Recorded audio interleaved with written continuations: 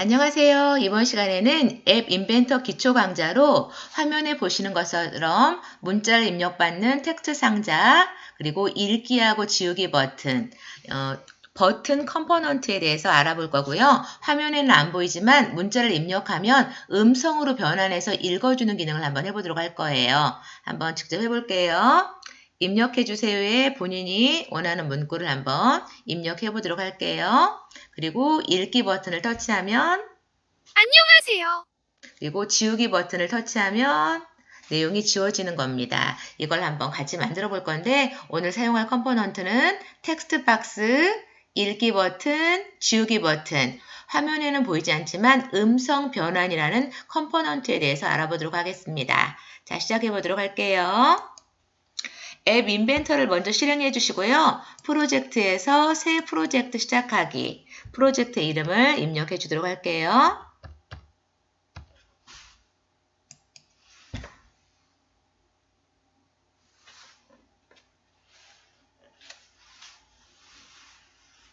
그리고 텍스트 상자를 문자를 입력받기 위해서 이 왼쪽에 있는 텍스트 박스를 먼저 끌어놔 보도록 할게요.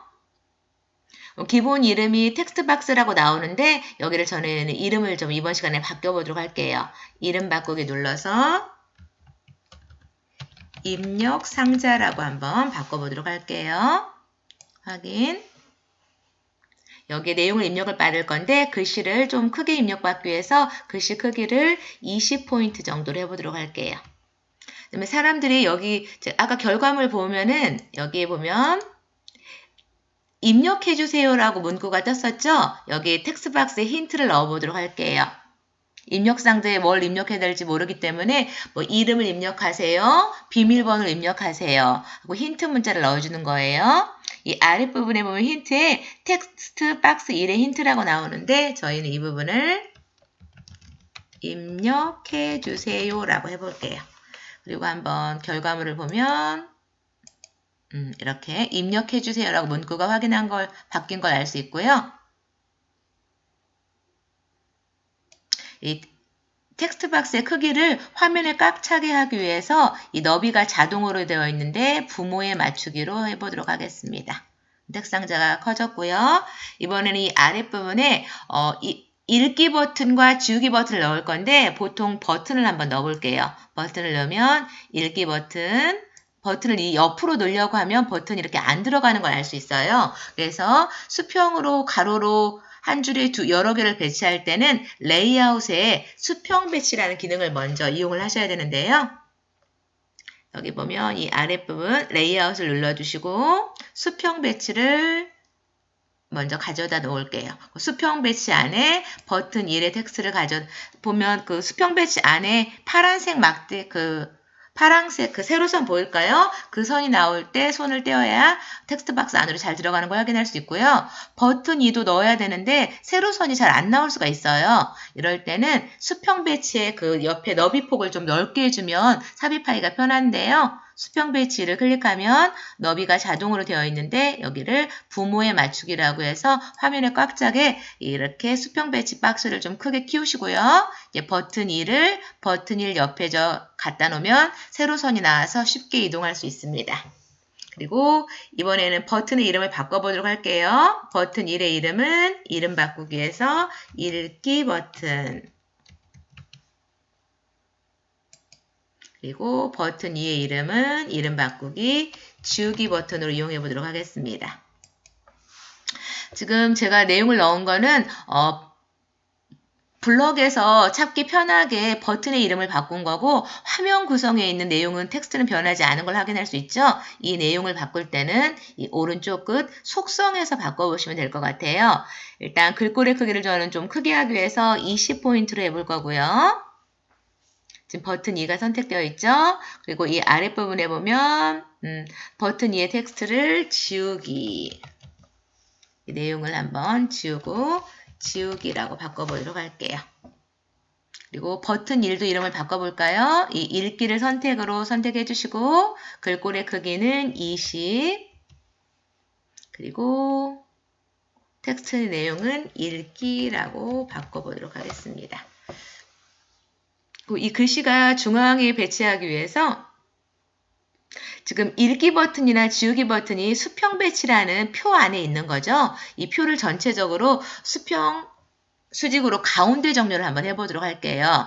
그럴 때는 수평 배치라는 컴포넌트를 선택하면 정렬이 왼쪽 정렬이 되어 있는데 가운데 정렬, 수직도 가운데 정렬. 수직 같은 경우는 높이가 크지 않기 때문에 별 효과가 없는데요. 높이를 한번 좀 높게 해보도록 할게요. 높이를 픽셀로 해서 80픽셀로 한번 해보도록 하겠습니다. 이렇게 해서 수평 배치, 저는 그냥 표라고 할게요. 수평 배치의 표가 높아지면서 가로로 세로로 정중앙에 글씨가 정렬된 걸 확인할 수 있고요. 화면엔 이렇게 입력 상자와 읽기, 지우기 버튼만 이용했지만 화면에 보이지 않는 컴포넌트인 음성 변환 컴포넌트를 넣어보도록 하겠습니다. 이쪽에 보면 사용자 인터페이스 레이아웃 그리고 이 미디어를 눌러보면 미디어 안에 있는 음성 변환 컴포넌트를 넣어보도록 하겠습니다. 이렇게 넣었을 때 화면에는 보이지 않지만 이 아랫부분에 보이지 않는 컴포넌트에 음성 변환 1이라고 삽입된 걸 확인할 수 있습니다. 이렇게 하면은 기본 화면은 구성을 했고요. 화면 구성이 잘 되었는지 연결되어 있는 스마트폰 화면도 한번 봐보도록 할게요. 제가 스마트폰 화면 연결을 끊었는데요. 바로 명령 블럭으로 이동해 보도록 하겠습니다. 이 블럭으로 가셔서 일단 기본 명령이 텍스트 상자 입력 버튼을 받아서 읽기 버튼을 누르면 입력한 문자가 나타나야겠죠? 그래서 읽기 블럭 중에 읽기를 누르면 읽기를 클릭했을 때 블럭을 가져오시고 읽기를 클릭하면 텍스트가 음성으로 변환해야 하기 때문에 음성 변환 1 말하기. 이 메시지에는 텍스트 상자에 있는 문자가 나타나기 때문에 저희가 입력 상자에 우리가 안녕하세요라는 문구를 입력을 받을 거죠. 입력 상자에서 입력 상자를 끌어다가 딸깍하고 넣어보도록 하겠습니다. 입력 상자의 배경색을 말하는 게 아니죠. 입력 상자에 입력되어 있는 텍스트를 말해주기 때문에 배경색을 눌러서 텍스트로 바꿔보도록 할 거고요. 이번에는 지우기 버튼을 한번 해볼게요. 지우기 버튼을 클릭했을 때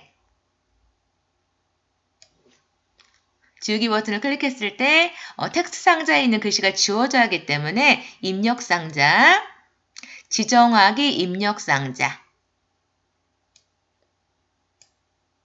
넣어주시고요. 이 X가 나왔다는 건 이 명령 블럭이 조립이 완전히 마무리가 안 되었기 때문에 나오는 명령인데요.